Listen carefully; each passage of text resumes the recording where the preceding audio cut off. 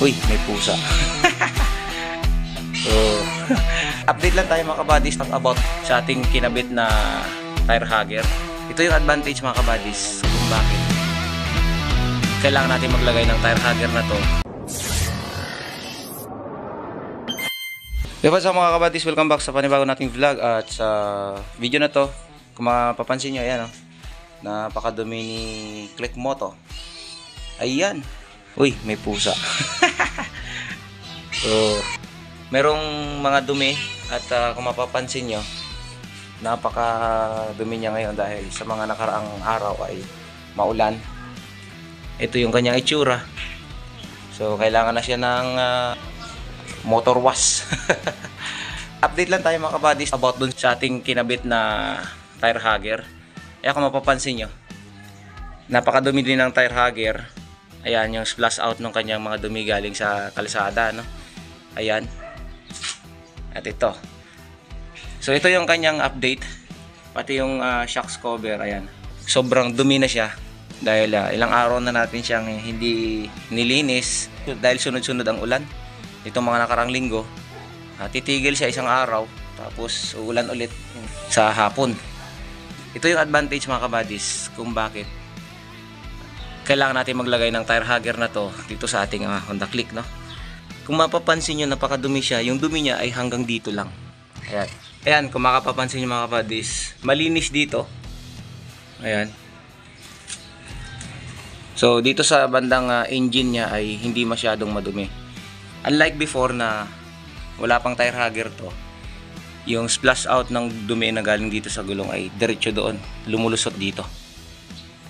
Ngayon, yung tire hugger, malaking advantage dahil nagkaroon tayo ng tire hugger dahil yung splash out ng dumi na galing sa gulong ay hanggang dito lang, saka dito sa area na to. Hindi na siya umaabot doon sa loob ng ating engine. Ayan o. Ayan o, malinis yung engine. Yung splash out ng dumi hanggang dito lang. Di katulad dati, ang dumi nito dito sa bandang part ng engine na to. Ayan. Okay. So, itong shocks cover natin ay, ayan. Mapapansin mo. Ganun din yung kanyang ano. Ngayon, titingnan natin yung status nito, shocks cover. Lalabahan na rin natin to. Lilinisin natin. At titingnan natin yung kanyang effect, no? Yung shocks cover na to sa ating shocks. Alright.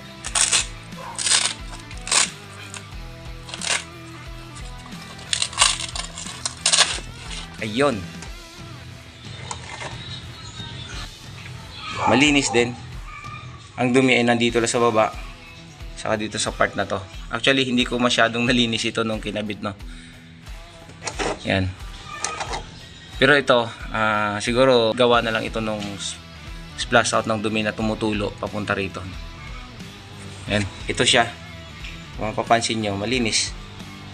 Yung shocks, no. Hindi siya katulad ng ganito ka dumi. Kung wala yung shocks cover na to, ayan, yung dumi na to, lahat ng dumi na to ay mapupunta rito sa shocks unit natin.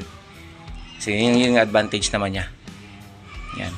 Pero disclaimer lang mga kabadis, no, itong shocks cover na to, pag hindi natin chine-check din at tinitingnan, pwede rin siya mag-cause ng corrosion dito sa ating shocks absorber kapag hindi natin siya tinitingnan. Ayan. So, dapat chine-check din natin itong ating shocks unit. Mostly kapag hindi na, pinabayaan natin na may shocks cover yan, katagalan ay mag-chief off itong coated na ng spring ng ating shock absorber. Yun yung dahilan kung bakit pwede siyang magkaroon ng corrosion. Pero since lagi naman natin siyang chine-check, mapiprevent natin yung ganong scenario. Ayan. This is only prevention lang na para maiwasan yung pag dumi ng shock absorber natin, no? Okay?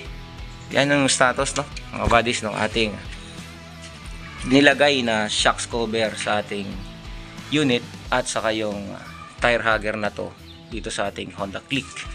Alright. Imo-motor wash na natin to at lilinisin na rin natin tong shocks cover nya. Tapos patutuyuin, tapos bago ikabit ulit, then go na ulit.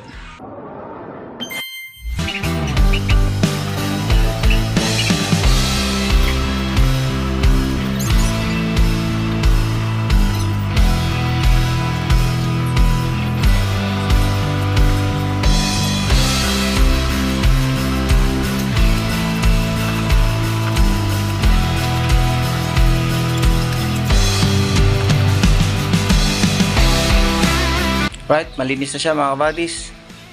After natin ma-washing yung ating Honda Click. Alright.